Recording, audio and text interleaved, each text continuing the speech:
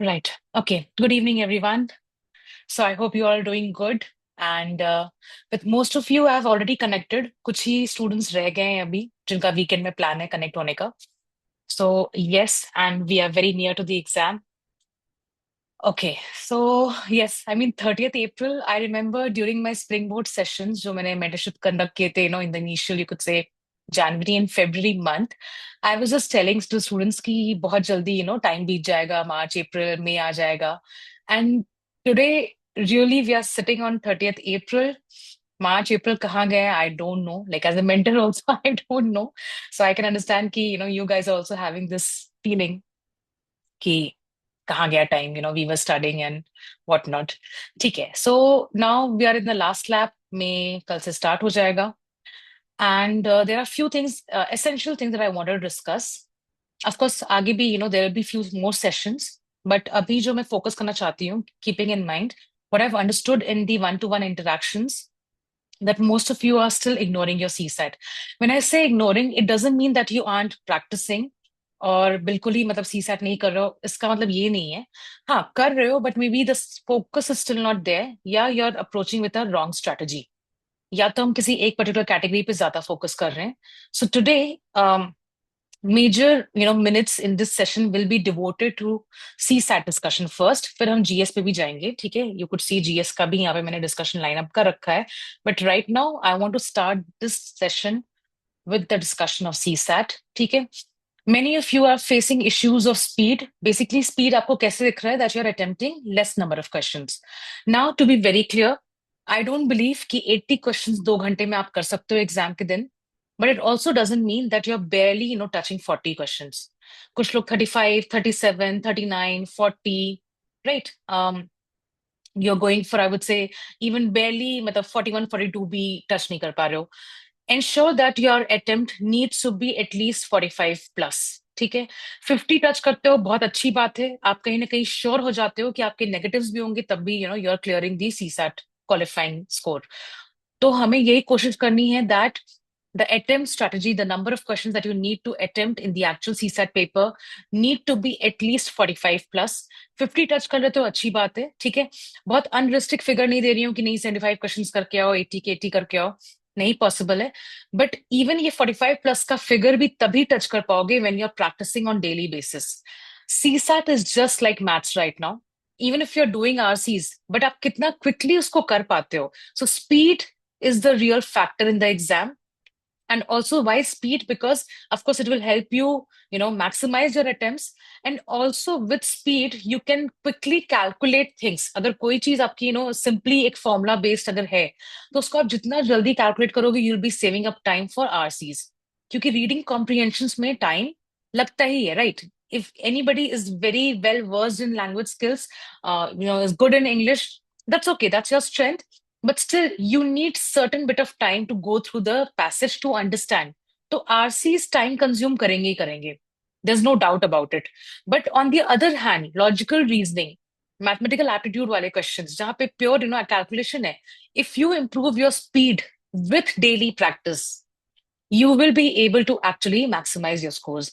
तो यहाँ पे focus ये नहीं है, because in the past 3-4 days, with whoever I'm interacting, some of you are practicing, some of you are not practicing. कोई alternate day पे कर रहा है, कोई 3-4 दिन में मन कर रहा है तो कर रहा है, right? जब भी time मिला तब कर लिया. नहीं, at this point of time, starting tomorrow, your CSAT needs to be practiced on daily basis. Simple maths वाला subject है, जैसे 10th 12th में हम maths को daily practice करके अपना strong करते थे, speed बढ़ाते थे. The same rule applies over here. No doubt about it. ठीक है. And of course prioritising PYQs कर लोगे रिसेंट 5-6 years के, तो वो बहुत ही अच्छा आपको फीडबैक, मतलब आपको अच्छा एक इनपुट दे देगा. And of course you will be able to use it in the actual exam. ठीक है. दूसरी चीज है that when you are attempting less, you are either focusing on one section, one category. किसी का फोकस क्वांट में है, किसी का फोकस रीडिंग कॉम्प्रिहेंशंस में है. So what I would say is that yes, we have got 3 categories: logical reasoning रख लो, या फिर quant रख लो, और आप RCs रख लो. At least I would say कि जो लोग RCs पे depend हो रहे हैं, there is a little bit of concern over there. Any given day, it is not possible कि आप RCs को 100% accuracy से कर सको.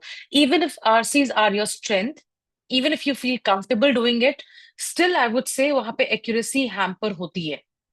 Because UPSC, depending on the years, they have been known to make RCs tricky. Of course, maths वाले questions भी tricky होते हैं.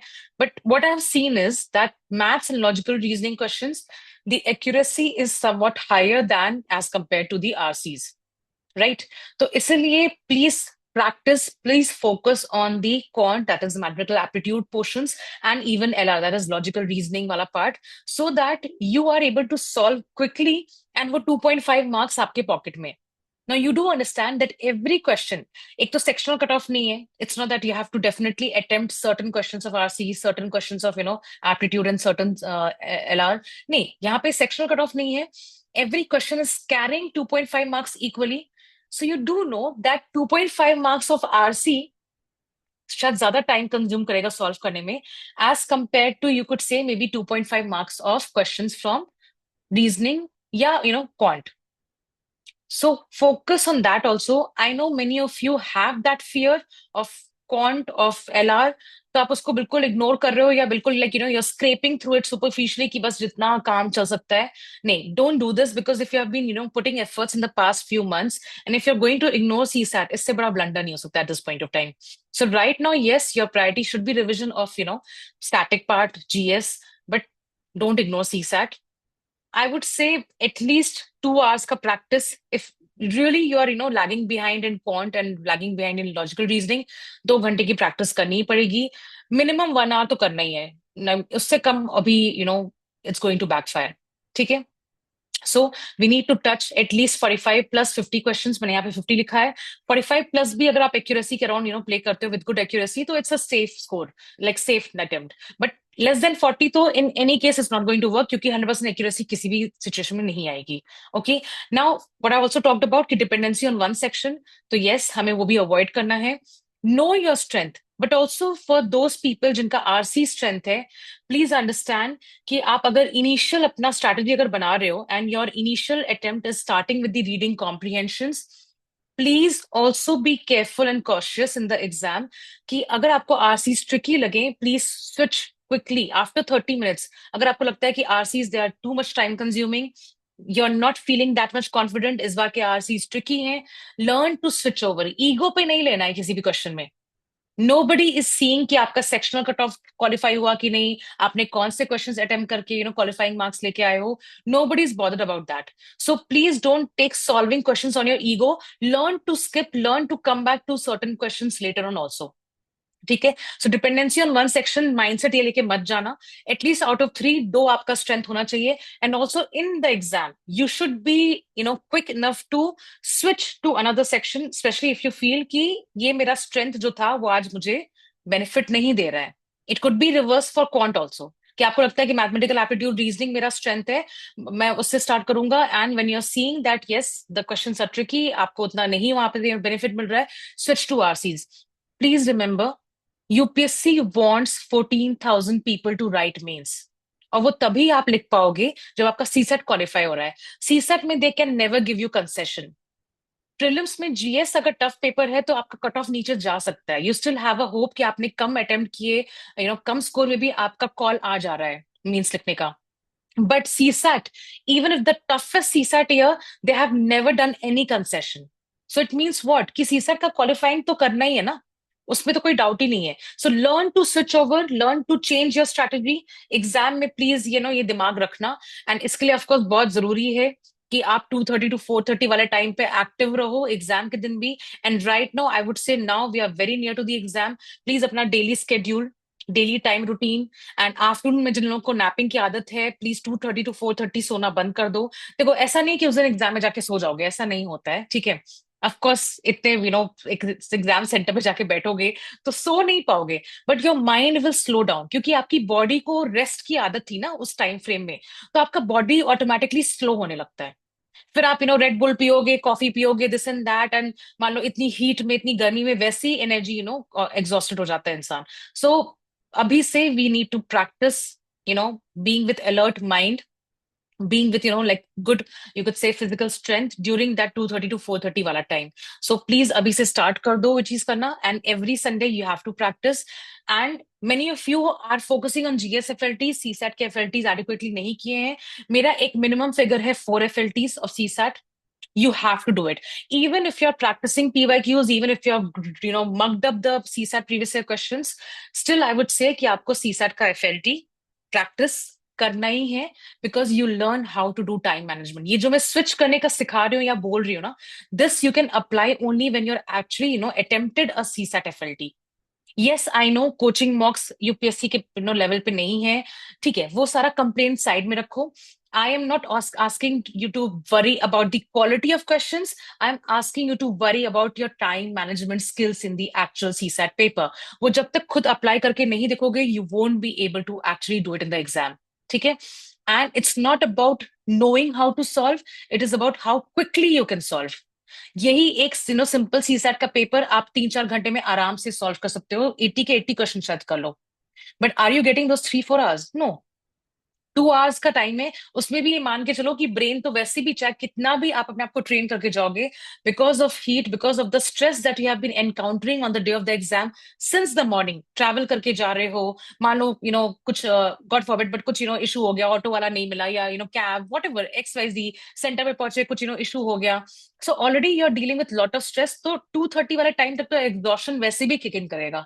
और उसमें अगर आप अपनी कॉम्प्रोमाइज स्टेट में जा रहे हो, you have not practice FLTs, you don't know how to time manage, then you're preparing yourself for failure. ठीक है. सो एटलीस्ट 4 का फिगर मैंने एक फिक्स कर दिया है, उसके ऊपर करना चाहते हो योर कॉल, बट मेरे लिए 4 है ऑलरेडी. अगर आपने 2-3 कर लिया है अभ्यास के साथ, because many of you are appearing for Abhyas या with any XYZ coaching, that's fine. 4 का फिगर टच करना है. 4+ is your wish, your discretion. ठीक है. ओके. मैंने इवन डेट्स भी दे दिए हैं. Every Sunday I think you should B aligning 1 GS and 1 CSAT. अब नेक्स्ट 3 संडेज हमारे पास है, 3rd में, 10th में, 17th में. इन तीनों दिन आप सीसैट का पेपर बिल्कुल करोगे. ठीक है. सो 3 संडेज टिल योर 24th में का exam, and all 3 Sundays you are going to practise CSAT, specially 2:30 से 4:30 वाले टाइम पे. प्लीज इवनिंग मॉर्निंग में मत करना. वो सब अपने आप को धोखा देना अब बंद करो. At this point of time अब धोखे में रह के या इल्यूजन या डिसेप्शन में, डेलुलू में जी के कोई फायदा नहीं है. ठीक है. अब रियलिटी चेक पे आ चुके हो, अब रियलिटी चेक अपने आप को नहीं दोगे तो फिर कोई फायदा नहीं है. ठीक है. Okay. So this is what. And one, if you have not been able to attempt even single one, तो please align one, schedule one between 3rd May to 10th May also. ठीक है. तो आपके वो 4 FLTs हो जाएंगे, क्योंकि 3 Sundays हैं एंड 1 मिडवीक आप अलाइन कर सकते हो. That's okay, that's fine. ठीक है. अब हम जीएस पे आते हैं. I am not going to take lot of time, but इतना करते करते 8:30 हो गया. ठीक है. So 8:15 to 8:30, right? Okay, we started at 8:15. Now we come to GS. Yes, even for GS paper आपका एक अटेम्प्ट स्ट्रैटेजी इन प्लेस होना चाहिए. कब तक फिगर आउट करोगे? मैंने एक लास्ट डेट दिया है 15th में, इससे पहले प्लीज कर लो. What do I mean by figuring out your attempt strategy? What kind of student you are? Does your guess work is actually working? आपका क्या अटेम्प्ट स्ट्रैटेजी होना चाहिए? कितने रेंज ऑफ क्वेश्चंस में आप कंफर्टेबल हो? क्योंकि देखो, नेगेटिव्स तो होंगे, गलत तो होंगे, 100% एक्यूरेसी तो बिल्कुल भी नहीं आएगी, चाहे कितना भी पढ़ के चले जाओगे, चाहे कितने भी सिंसियर स्टूडेंट हो, दिसंबर से पढ़ रहे हो, सारे टेस्ट लगा लिए, ये कर लिया, वो कर लिया, कुछ नहीं छोड़ा, nothing under the sun you have left, still accuracy 100% तो नहीं होगी. तो you have to figure out कि मैं कितने नेगेटिव्स में, कितने रॉन्ग्स टॉलरेट या अफोर्ड कर सकता हूँ या कर सकती हूँ. ठीक है. Now I come to this table. इस टेबल में थोड़ा सा प्रॉब्लम भी है, I talk to you about it, but right now my aim is that in the next few days, whatever FLT that you're attempting, please start understanding आप कितने question attempt कर रहे हो, उसमें से कितने गलत, कितने सही हो रहे हैं. अगर ज्यादा गलत हो रहे हैं तो प्लीज फिगर इट आउट. ये भी देखो अपने FLT मॉक्स में कि कौन से क्वेश्चंस में आपने अननेसेसरी रिस्क लिया है.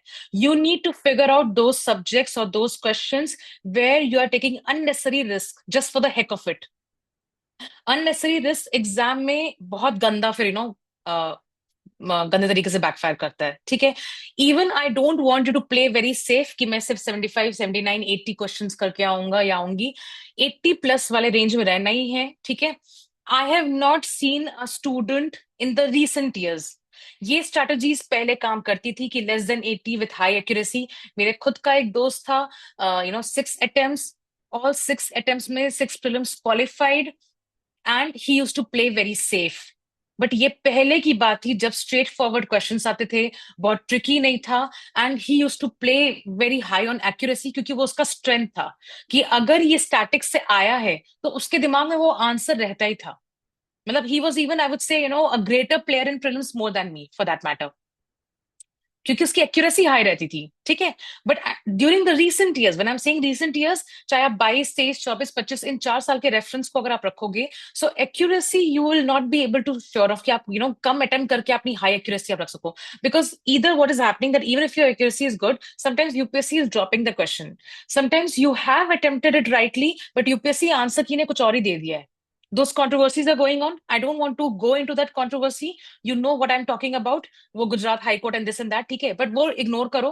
हमें एग्जाम निकालना है, हमें हमारे पास, I am assuming that we all belong to middle class, and even if we can afford a lawyer or advocate, or we can go to Supreme Court and High Courts for appeals and all, I would still say अपना life, अपना career उसमें मत बर्बाद करना, ठीक है। Please focus on how you can crack the exam, because there are people who would be cracking the exam even if UPSC is giving the wrong answer key, even if UPSC is dropping the question। तो हम उस 14,000 में क्यों नहीं है जो लोग हर साल मेंस लिख रहे हैं या हर साल प्रीलिम्स क्वालिफाई करके एटलीस्ट मेंस वाले इसमें कैटेगरी में आते हैं। Their worry is not that how I can qualify prelims, their worry is how I can get an interview call और get a final good rank, single digit या double digit rank. So हमें भी उसी category में आना है, ठीक है।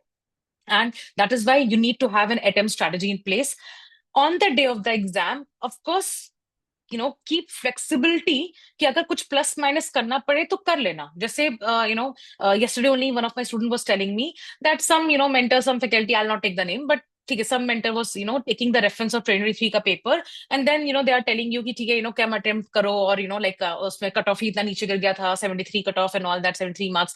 या दैट इज वन एनॉमली। आप एनॉमली से अपने आप को रोक नहीं सकते हो कि मैं कम ही अटेम्प्ट करूंगी या करूंगा।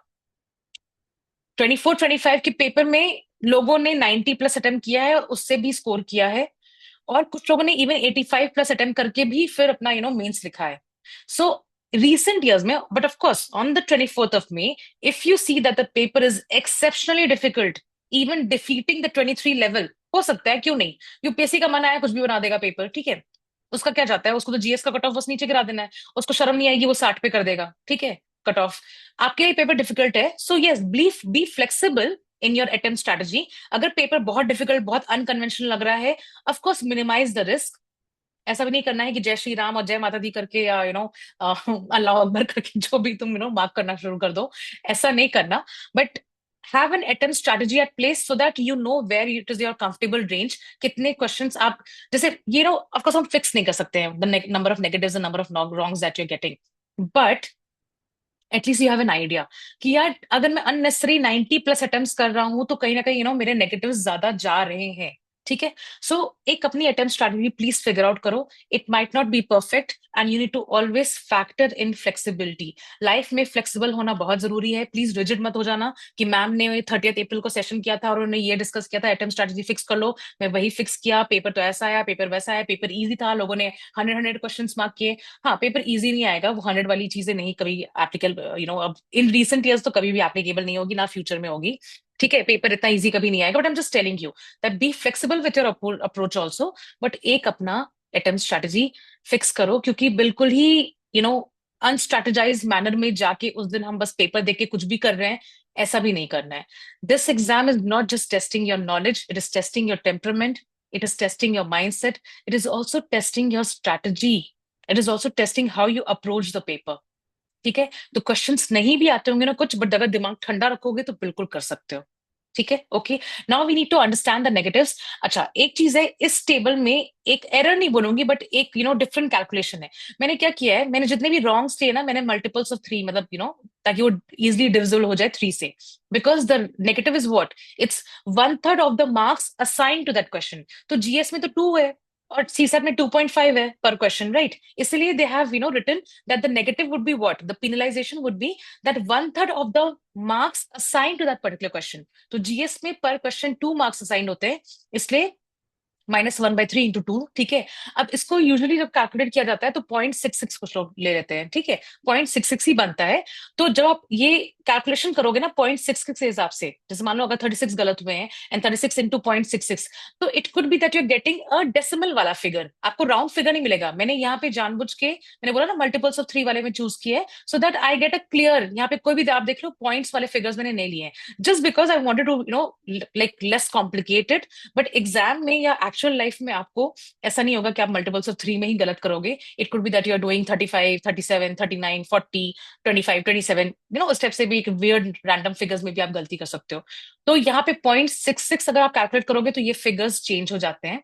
But let's not get into that, ठीक है, मैंने यहाँ पे सिंपल मल्टीपल्स में ले लिया है, क्योंकि बहुत लोग ये भी डाउट उठा सकते हैं कि ये कैलकुलेशन गलत है एंड ऑल दैट। अच्छा, let's focus, I am not bothered about calculation, I am just trying to tell you कि एक रेंज हमने डिस्कस किया है कि अगर ये करेंगे तो इतने नंबर, इतना नेगेटिव, इतने फाइनल मार्क्स आएंगे, इतना राइट एंड रॉन्ग बनेगा, ठीक है।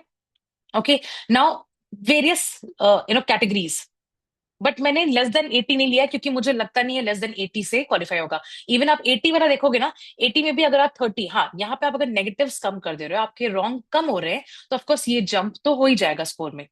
ट्रू, राइट, मैंने यहाँ पे थोड़ा सा मैक्सिमम लेके रखा है कि हाँ, हमें कोशिश करना है as a sincere aspirant, as a good aspirant, कि with revision of your static, with control of current affairs, mapping, everything that it is possible for a sincere student to do, you are doing it। तो आपका शायद 30 cross नहीं करेगा negatives. अगर 30 से 31 हो जाता है कोई बात नहीं, बट एटलीस्ट ऐसा नहीं होगा कि 40 गलत करके आ रहे हो, 45 गलत करके आ रहे हो, ऐसा भी नहीं होना चाहिए। विथ रिविजन, ठीक है, विथ प्रॉपर रिविजन साइकिल्स, और अपकमिंग डेज में हमें यही करना है, रिविजन ही करना है, राइट। तो एक बार हम देखते हैं कि अगर हम 80 अटेम्प्ट कर रहे हैं और उसमें हम 30 मिस्टेक कर रहे हैं, तो एक्चुअली तब भी हमारा स्कोर 80 ही बन रहा है।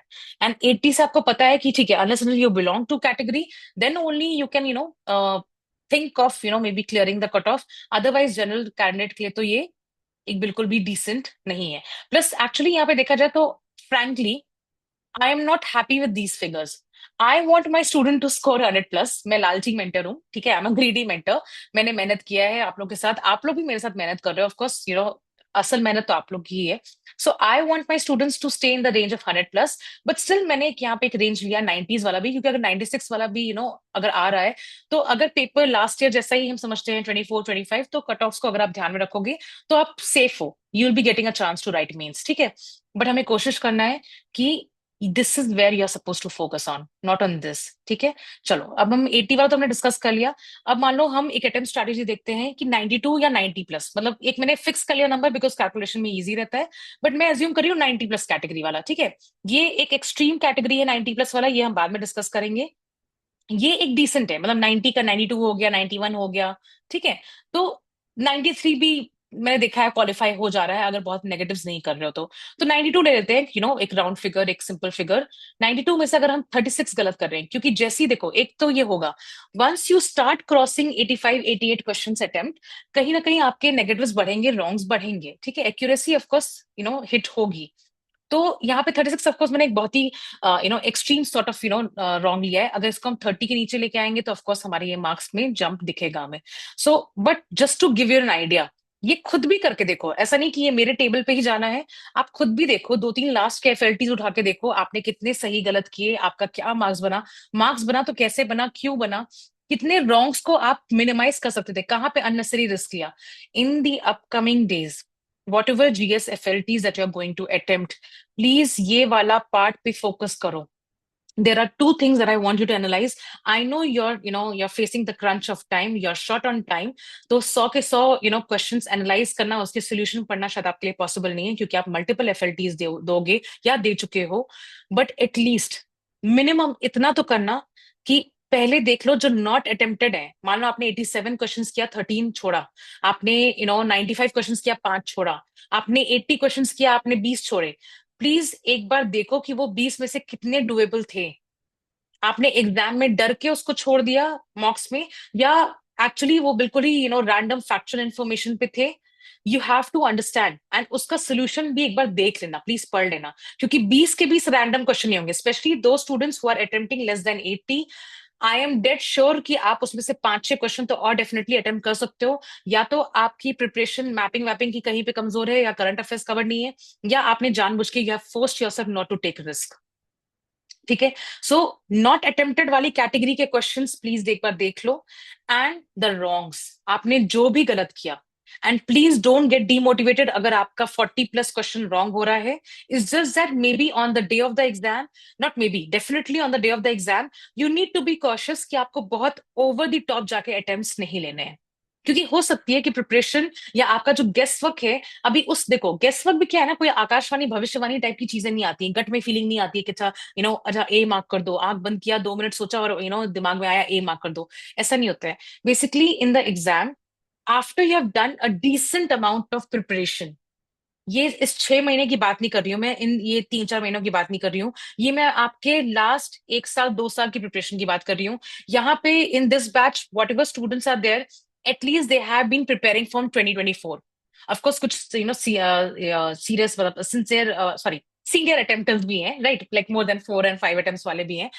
या but at least the bare minimum is that at least 2+ attempts वाले या फर्स्ट अटेम्प्ट वाले या 24 से जो प्रिपरेशन कर रहा था कुछ ना कुछ, those guys are in this particular batch. So please don't go with this notion कि जो लास्ट 3 महीने में पढ़ा है उतना ही दिमाग में है। You have done foundation या टेलीग्राम से किया है, या even if you have been preparing for mains, आपको कुछ ना कुछ नॉलेज कहीं ना कहीं से है। So trust your knowledge of the previous things, even previous academic knowledge. Yesterday only I was discussing with a student, and she was telling me, because she was watching Nat Geo from childhood, yeah, kuch shows wo dekhti thi, and she has seen those behavioral of animals and all, orangutan and all, so it was easy for her to like do those questions. Yeah, you must be having certain strengths. किसी का environment strength है, किसी का polity strength होगा, किसी का कुछ subject strength है, किसी का सीसैट स्ट्रेंथ है from engineering background. So play with your strength, that is fine, ठीक है। बट उस दिन please also go with your past knowledge, पहले जो पढ़ा हुआ है उन सब चीजों को भी ध्यान में रख के या फिर take an attempt. But unnecessary बहुत ज्यादा ब्लाइंड रिस्क, बहुत ज्यादा ब्लाइंड गेसेस नहीं करने हैं, ठीक है। सो बी केयरफुल इन दैट। अच्छा, वापस आते हैं इस टेबल पे। So this is what I have given you. तो कहीं ना कहीं हमें लग रहा है कि अगर बहुत नेगेटिव्स हम कर रहे हैं, ठीक है, अब ये भी आप कर सकते हो कि मैम आपने जानबूझ के 36 दे रखा है, मान लो मेरे 30 गलत हो रहे हैं, या मेरे 30 के नीचे का फिगर है, of course this marks would jump up. तब आप फिर कितना कम ही फिर करोगे, मान लो 30 मान लेती हूँ मैं, तो 30 इंटू अगर ये चीज करते हैं तो 20 मार्क्स हमारा होगा, right. I hope I am correct, ठीक है। 20 मार्क्स डिडक्ट हुआ, तो 112 में से 20 गया, ठीक है, तो आप 90s के रेंज में पहुंच जाओगे। और आपने कम और नेगेटिव्स किए, मान लो आपने 25-27 क्वेश्चन ही गलत किए, तो आपका ये जंप करेगा। Yes, that is of course a factor, ये तो मैंने फिक्स करके नंबर एक ले लिया है। So that means ultimately what is the game, कि आपके रॉन्ग्स बहुत कम होने चाहिए। So and of course during the exam you won't be knowing कि आपके कितने गलत हो रहे हैं। बट एक चीज तो कंफर्म्ड है कि अननेसेसरी अगर हम 90-95 का क्रॉस कर रहे हैं, स्पेशली स्टूडेंट्स जो थोड़े से इनिशियल अटेम्प्ट में है, आपका नॉलेज, आपका प्रिपरेशन बेस उतना सॉलिड अभी नहीं है कि आप रैंडम गेसेस या कैलकुलेटेड रिस्क आप ले सको। सो थोड़ा सा सेफली पे करो, बी कॉशियस, ठीक है। रैंडम लास्ट के 10 मिनट में ऐसा बस ओएमआर भरना मत चालू कर देना कि कुछ भी मार्क कर रहे हैं। कई बार I have seen people literally be on the border, qualify कर गए हैं बट लिटरली मुश्किल से 0.66 से क्वालिफाई किया है, मेंस लिखने का चांस मिला है, because in the last 10 minutes they panic and they marked 4-5 question here and there, जो शायद नहीं मार्क करते तो सेफली क्रॉस करते हैं, क्योंकि वो 15 दिन टेंशन में बचाने हैं ना। Like the moment you're done with your prelims exam, you would live in a constant stress and high anxiety कि रिजल्ट 10-15 दिन बाद ही आएगा, 2 हफ्ते बाद आइडियली देखा जाता है, ठीक है। नेक्स्ट मतलब एक मंडे छोड़ के नेक्स्ट मंडे, 2 वीक्स में वो कर देते हैं रिलीज। बट वो 2 वीक्स में आप इतना स्ट्रेस लेके जिंदा रहते हो ना, कि I have seen students not joining any test series, not starting, test series तो छोड़ो, वो तो नो गया, that's very secondary thing, but even not started studying preparing for mains, result का वेट कर रहे हैं, या पढ़ने बैठे भी हैं तो दिमाग में रिजल्ट का टेंशन है। तो हमें अपने आप को थोड़ा सा बचा के चलना है। We will not be stressing ourselves, अपने आप को जानबूझ के ऐसे स्टेज में या ऐसे स्टेटस या सिचुएशन पे नहीं डालेंगे that we are generating a lot of anxiety and pressure जब तक रिजल्ट क्लियर नहीं होता, ठीक है। Okay, because uncertainty will always give you more anxiety. तो एक थोड़ा सा इस चीज का ध्यान रखो, ठीक है। And if you are going for 85 to 90 वाले रेंज में, मानो यहाँ पे मैंने फिगर फिक्स कर दिया है कि 88 क्वेश्चंस मानो हम अटेम्प्ट कर रहे हैं, ठीक है। 85 टू 90 रेंज दिया है मैंने, यहाँ पे 88 है, आई डोंट नो, अच्छा यहाँ पे मैंने इसको नेगेटिव्स को प्लस माइनस किया है। सो 88 मानो हमारा एक अटेम्प्ट है क्वेश्चंस का। 55 सही हो रहे हैं, 33 रॉन्ग हो रहे हैं, तो 88 स्कोर बन रहा है। 58 राइट हो रहे हैं, 30 गलत हो रहे हैं, तो 96 बन रहा है, ठीक है। So this kind of variation you could see. I think ये कुछ ज्यादा ही गलत नहीं हो गया। ओके, ठीक है, हाँ यहाँ भी इंक्रीज है, ठीक है। Okay, so I don't know why I am doubting my mathematical skills, ठीक है। If there is a mistake over here, this table is just for the understanding. जब तक पेपर पे देखोगे नहीं ना सामने कि अच्छा इतने नेगेटिव, इतने नंबर ये कट रहे हैं, ऐसा मार्क्स गिर रहा है, तब तक वो समझ में नहीं आता है, ठीक है। So keep this as a reference, is not some exact thing to be followed. तो इस हिसाब से आप देख रहे हो कि हाँ ठीक है, आप 96 वाले रेंज पे पहुंच रहे हो। ज्यादा नेगेटिव हो रहा है तो आप 80s पे गिर जा रहे हो। कम नेगेटिव्स करोगे ये और डिक्रीज करोगे तो ये आपका 100 प्लस भी आपको लैंड करवा सकता है। तो 88 to 90 is also a good attempt range, ठीक है, विथ मिनिमाइजेशन ऑफ नेगेटिव्स। अच्छा, 80 वाला हमने डिस्कस किया था केस। 95 टू 97, मान लो एक बीच का नंबर लेते हैं, 96 क्वेश्चंस आपने किए। मैं एज्यूम कर रही हूँ, ठीक है, आप बोल सकते हो कि मैम यू आर बायस्ड, आपने जानबूझ के यहाँ पे 36 बोल दिया कि 36 गलत है, क्या पता मेरे 30 ही गलत है। या ऑफ कोर्स गुड इनफ, अगर 30 गलत हो रहे हैं तो अच्छी बात है, ये तो सारा फिगर इसी पे है कि अगर आप ये मिनिमाइज कर लोगे तो ये जंप तो आपको मिलेगा स्कोर का।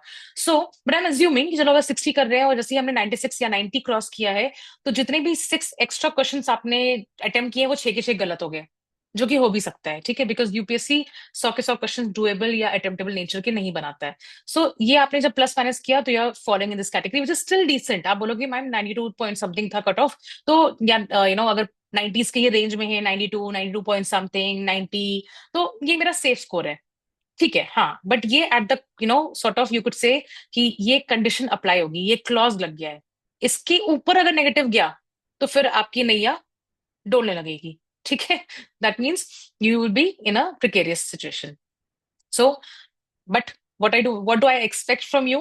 I want my students, आप इतने दिन से पढ़ रहे हो, सब आपकी मेहनत है, मैंने ऐसा कुछ ऐसे एक्स्ट्रा नहीं किया है, बिकॉज आप दिन भर पढ़ रहे हो, दिन रात करके पढ़ रहे हो। So I am hoping that we are not into this table, we are this. You are calling me up and you're messaging me and you're saying that, ma'am, I am scoring 100 plus. Tell me how to prepare for means. Please write this down somewhere. That on, if not possible on 24th May evening, 24th May की evening के, I know I am expecting a positive message कि ma'am अच्छा गया paper. बस इतना expect करती हूँ, मैं नहीं चाहती हूँ मुझे क्योंकि उस दिन आंसर कीज लेके शुरू मत हो जाना, ठीक है। ये सब बातें हम बाद में करेंगे, there will be few more sessions जहाँ पे ये सारी चीजें डिस्कस करेंगे। But I am just telling you that may be just 2-3 days after 24th May, I want to see messages from you guys telling me और asking me, ma'am how to start for mains. That is my dream for you guys. और ये dream नहीं है, ये reality है, कर सकते हो। अगर अभी भी मॉक्स में नंबर नहीं आ रहे, प्लीज घबराना नहीं, don't take it as a negative thing. You still can do lots better. We have seen कि अभ्यास में स्कोर नहीं आ रहा था लास्ट 2-3 सालों में, तब भी बच्चों ने क्वालिफाई किया है, स्टूडेंट्स ने क्वालिफाई किया है, इवन फॉरेस्ट भी क्वालिफाई किया है, ठीक है। So have that confidence in you. दिमाग उस दिन 2 घंटे में शांत करके जाना प्लीज, फॉरगेट एवरीथिंग एल्स, ठीक है। नाउ कमिंग बैक, 24th में बाद में डिस्कस करेंगे, आज 30th April है, आज सोचते हैं क्या क्या करना है।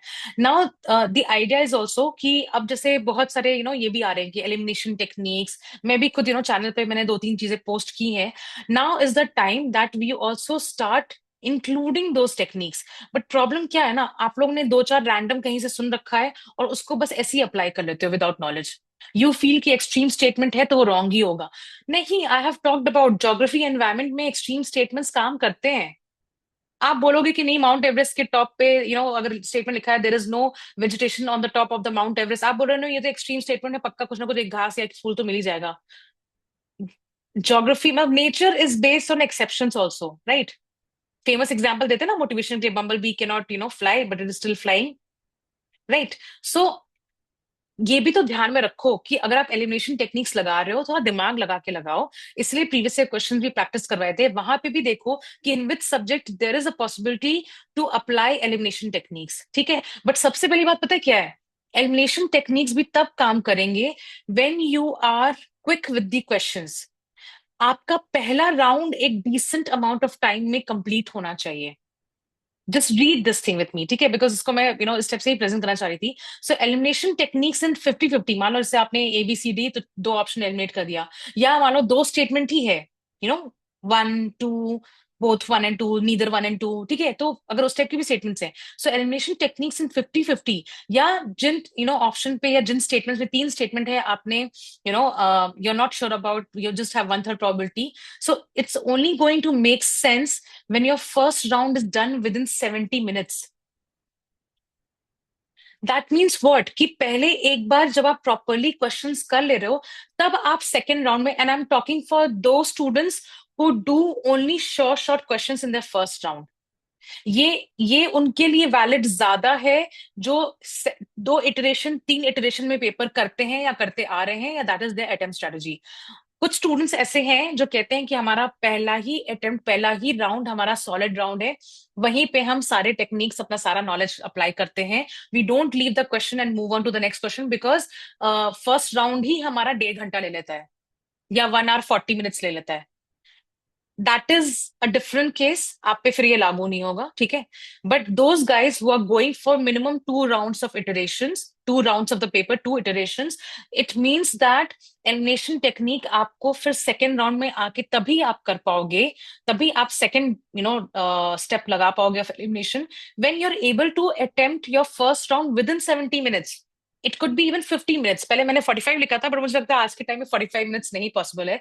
I use to do my first round in 45 minutes, तो मैं अपने दिमाग से सोच रही थी. बट आई थॉट कि नहीं, आज के टाइम में पेपर थोड़ा सा ट्रिकी रहता है, 45 minutes में सारे के सारे 100 क्वेश्चन देख लेना, या एटलीस्ट एनालाइज कर लेना कि what is the level of the paper, शायद नहीं पॉसिबल है. सो मैंने यहाँ पे एक रेंज दिया है 50 to 70 minutes. But definitely those who are going for these iterations वाला अटेम्प्ट स्ट्रैटेजी, आपका फर्स्ट राउंड आपको जल्दी खत्म करना है.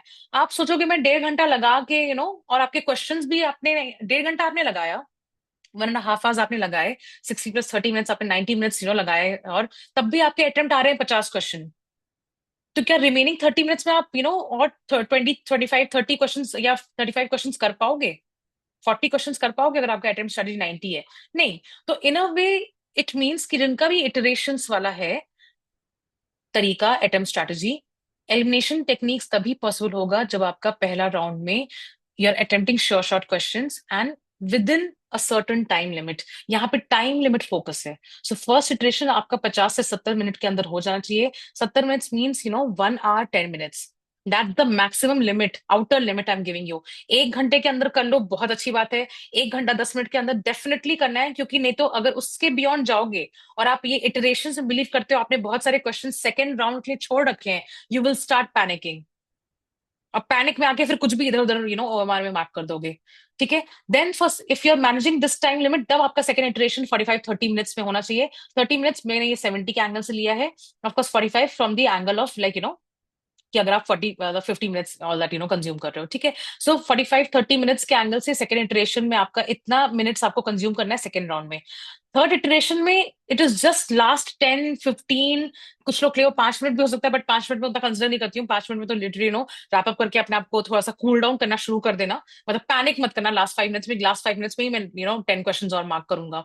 नहीं, don't go with that strategy. So third iteration is last 10-15 minutes, ठीक है, जहां पे you have to go for your if I if I counted, बीच में प्लीज काउंट करते जाना कि कितने क्वेश्चंस कर लिए हैं, ठीक है. आफ्टर फर्स्ट इटरेशन एक बार प्लीज काउंट कर लेना फटाफट ओएमआर से कि मैंने कितने में गोले भर दिए हैं, ठीक है, सेकेंड इटरेशन के बाद भी. And then for example your attempt strategy is 88, 85, या एक रेंज रख लेते हैं 85 to 90 वाले पे.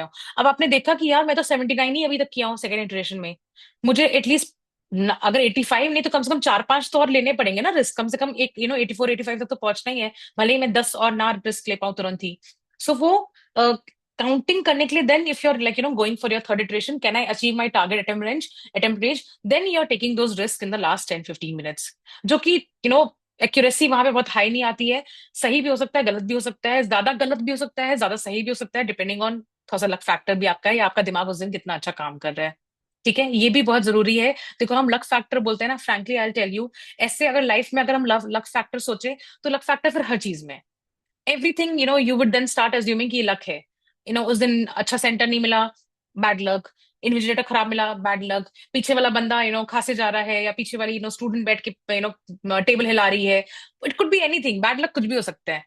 But if your preparation is strong, तो फिर गुड लक ही आपको काम करने में आपका साथ देने लग जाएगा। So have that faith that you have studied, so good luck is with you. Luck factor को हटा के सोचना है कि हम कितना बेटर उस दिन परफॉर्म कर सकते हैं विथ काम mind. And trust me, even if your preparation is down a notch, उतना अच्छा प्रिपरेशन नहीं कर पाए हो अब तक जितना आप जनवरी में सोच रहे थे अपने बारे में कि मैं मई तक I be fully prepared, still if you go with cool mindset, cool temperament, you would be able to do good.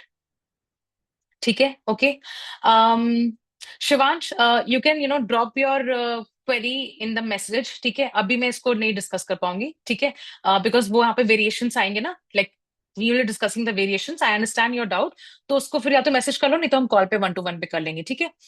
Because ये वेरिएशंस है यहाँ पे it is very individual strategy.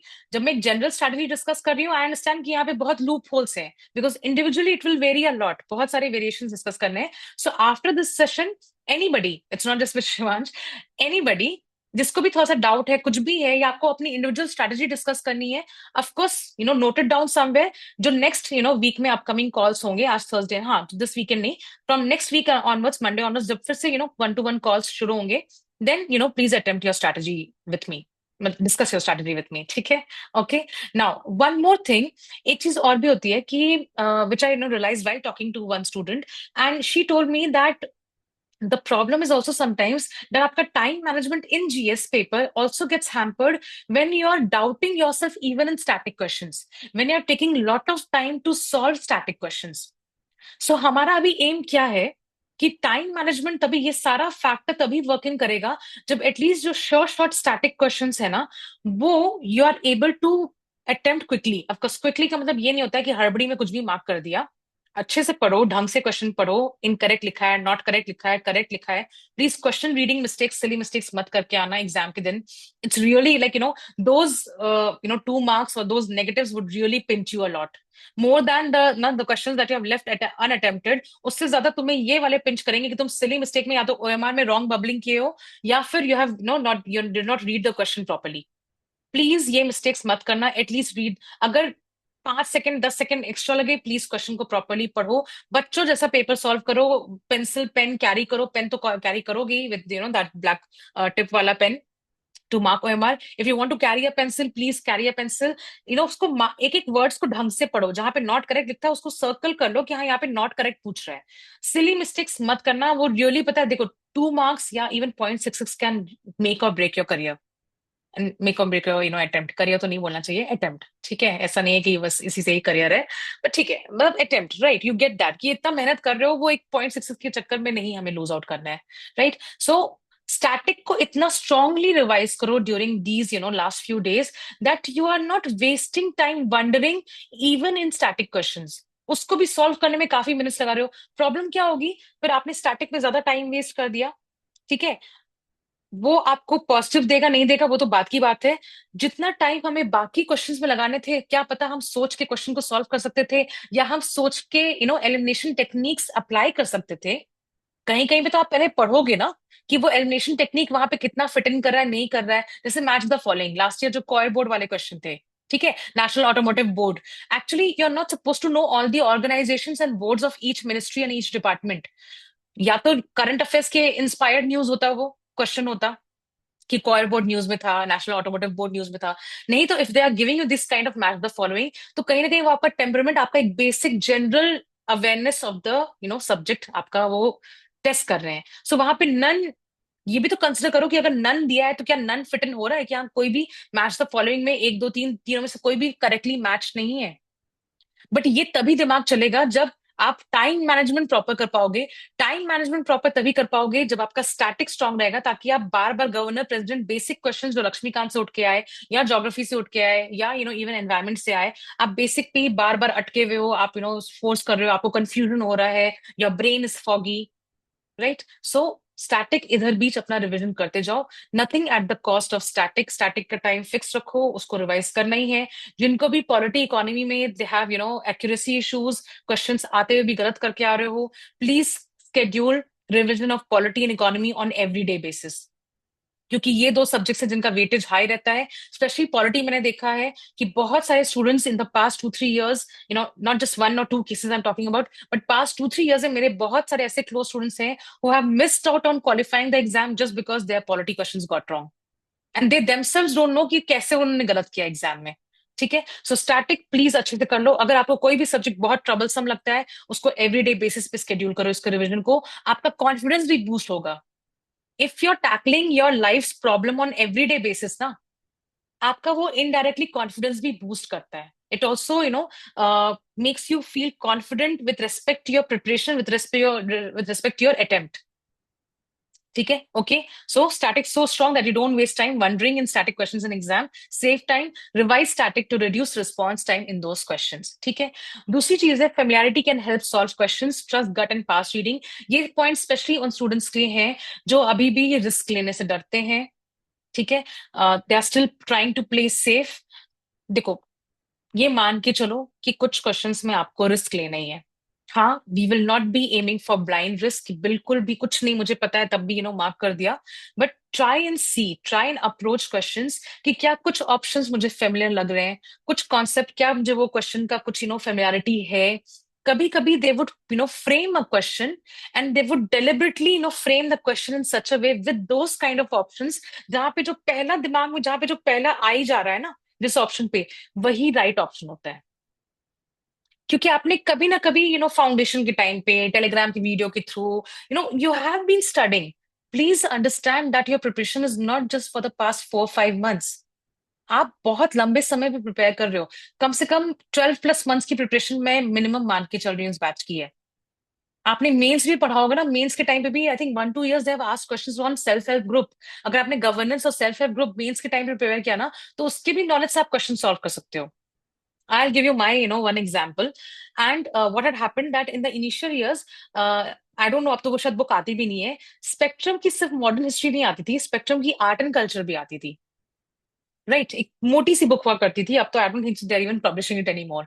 So I remember reading that Spectrum की मोटी वाली book for art and culture in my initial attempts. Initial attempts में हमारे पास बहुत सारा टाइम होता है, हम कभी कभी इलॉजिकल इररेलेवेंट वाले भी मटेरियल पढ़ लेते हैं। तो मैंने वो मटेरियल पढ़ा था, ठीक है। And in my third or fourth attempt, I saw a question which was, whose answer was there in that art and culture का spectrum वाली book में, and I was able to do that, recall that without revision। वो question क्या था अभी भी बता दे रही हूँ। I don't remember the exact year, या तो 2017-2018 में होगा, ठीक है। बट द क्वेश्चन वाज कि the females of certain state are able to prepare woollen clothes from plant. उसका आंसर उत्तराखंड है, ठीक है। And I think the reason is, I think या तो अल्मोड़ा वाला रीजन है। फ्रॉम दैट वहां पे एक प्लांट होता है, उसके वुलन कपड़े बन सकते हैं। राइट, एंड ये कुछ 1-2 सेंटेंस में उस art and culture spectrum book में था।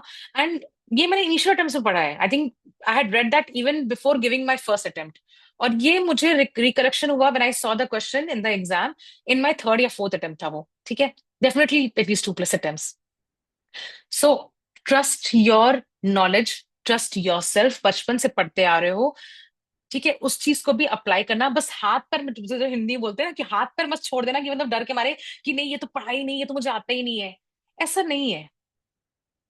You would also come across certain students जो बिना यूपीएससी के प्रिपरेशन के जाते हैं, तब भी 40-50 नंबर ले आते हैं, and they feel very happy कि अरे बिना पढ़े 40-50 नंबर आ गए, तो जब पढ़ लूंगा तो पक्का फोड़ के आ जाऊंगा। नहीं, वो 40-50 नंबर इसलिए नहीं आए कि आप बहुत इंटेलिजेंट हो।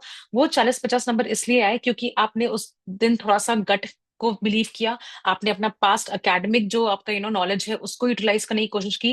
एंड कुछ questions UPSC general awareness, general logic based भी क्वेश्चंस बनाता है। इस जब हम ज्यादा पढ़ लेते हैं ना, बोलते हैं ना ज्यादा करना भी कुछ हानिकारक होता है। So excess of everything is bad. Similarly जब हम ज्यादा पढ़ लेते हैं ना, तो हम ज्यादा कॉशियस हो जाते हैं। हम फिर अटेम्प्ट्स ही लेने में घबराते हैं, डरते हैं। ये तो मैंने पढ़ा नहीं, मुझे तो पता नहीं। नहीं, प्लीज एक बार देख लो, क्या पता उन्होंने रखा ही वैसा है, उसको पेपर में पुट इन ही किया है वो question specially just to check your temperament, कि आप उस समय उतना दिमाग लगा पाओगे उसको सॉल्व करने के लिए। It's not testing your knowledge, it's testing your presence of mind in the exam. ठीक है, so familiarity can help you solve questions, इसलिए trust your gut and past reading skills, past reading achievements, जितने भी past मतलब academic achievements रहे हैं उसको discount मत कर दो, ठीक है। And it's not that a viva that you have to produce your answer from memory, ठीक है।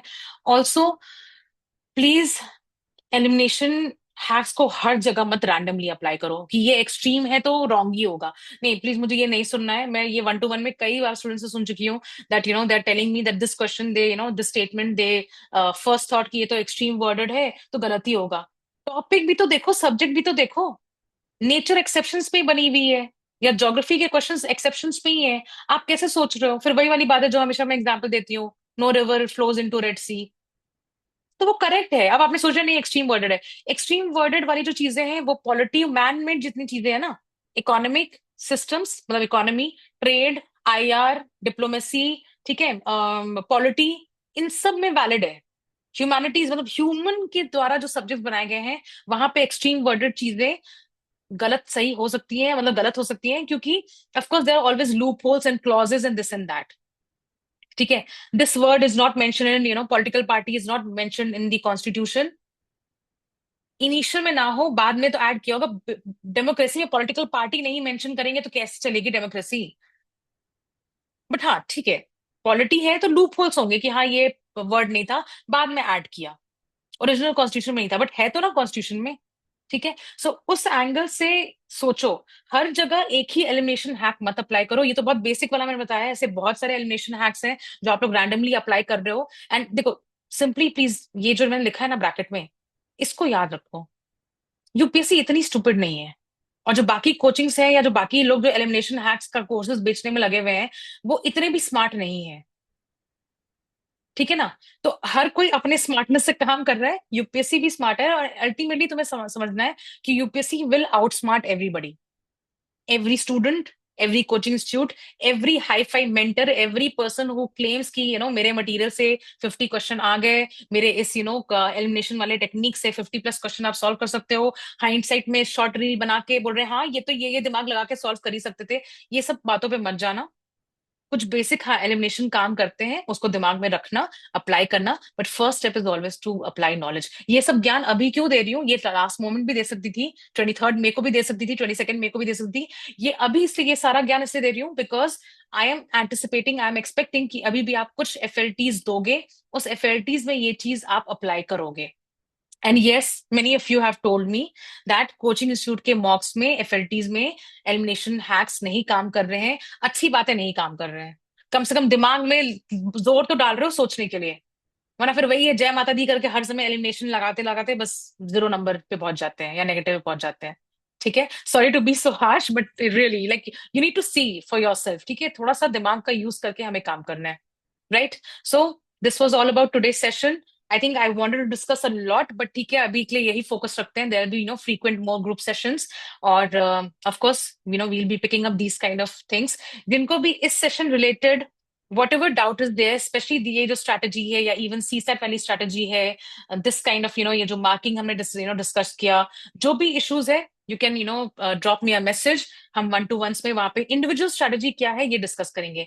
I have not started discussing because many of you are still figuring it out. But please उसका एक deadline रख लो, ठीक है।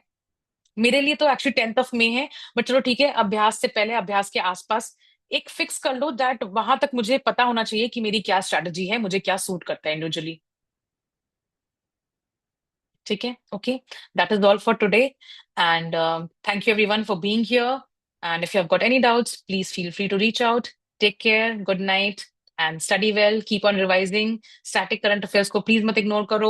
Mapping भी बहुत ignore कर रहे हो तुम लोग, मैपिंग भी प्लीज एवरी डे 30 मिनट्स का कुछ फोकस रखो ना, रिविजन शेड्यूल। जैसे मान लो उसको बोलते हैं ना हैबिट स्टैकिंग करना, कि मान लो somebody is doing it in the morning, कि ब्रश करने के बाद ही मैपिंग एक बार आधा घंटा घुमा लिया, देख लिया, रिवाइज कर लिया, या may be after lunch, post dinner, रात में सोते वक्त, एनीवेयर, बट मैपिंग को एक ऐसा सब्जेक्ट मान के चलो जो आपको डेली बेसिस पे अपने मेमोरी को याद करना है, मेमोरी को फोर्स करना है, उसको याद करने के लिए रिकलेक्शन बढ़ाना है, रादर देन कि एज अ सब्जेक्ट हम उसको एक दिन में लेके खत्म कर दें, ठीक है। Please don't ignore mapping. You know benefit अच्छा आता है। मैं नहीं कह रही हूँ कि अगर 5 मैपिंग के क्वेश्चन है तो 5 के 5 सही कर पाओगे, या 5 के 5 एक्सपेक्टेशन है कि सही करके आओगे, बट 5 में से अगर 2-3 भी सही करते हो ना, वो आपको एज देगा। Trust me, your other competition, your peer group is, I tell you where they are compromising. They are still not done mapping properly. ठीक है, जो जहां से मन हो रहा है कुछ लिख लो, तो मैपिंग ही मतलब वो पिन है, प्लेसेस द न्यूज है, करंट की मैपिंग को वो मैपिंग मानते हैं। ठीक है, तो वो वैसे ही कॉम्प्रोमाइज है, क्योंकि 5 के 5 क्वेश्चन अगर मैपिंग के आते हैं तो ऑफकोर्स वो सारे प्लेसेस इन न्यूज से नहीं आएंगे।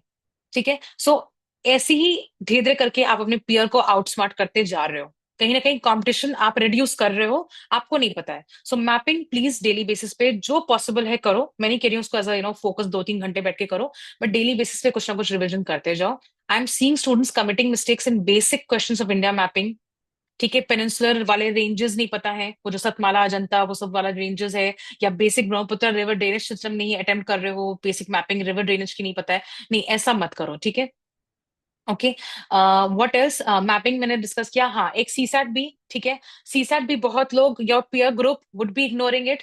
आप या तो फिर देखते होगे उनको कभी अटेम्प्ट करते हुए, कभी नहीं करते हुए, या प्रैक्टिस करते हुए, but I am telling you CSAT is also many students ignore. सोचते हैं हाँ देखा जाएगा, दो 2.5 घंटे, 2.5 से 4.5 के बीच में देख लेंगे, या 2.5 से पहले जो टाइम मिलता है वहां पे देख लेंगे, वहां पे रिविजन कर लेंगे।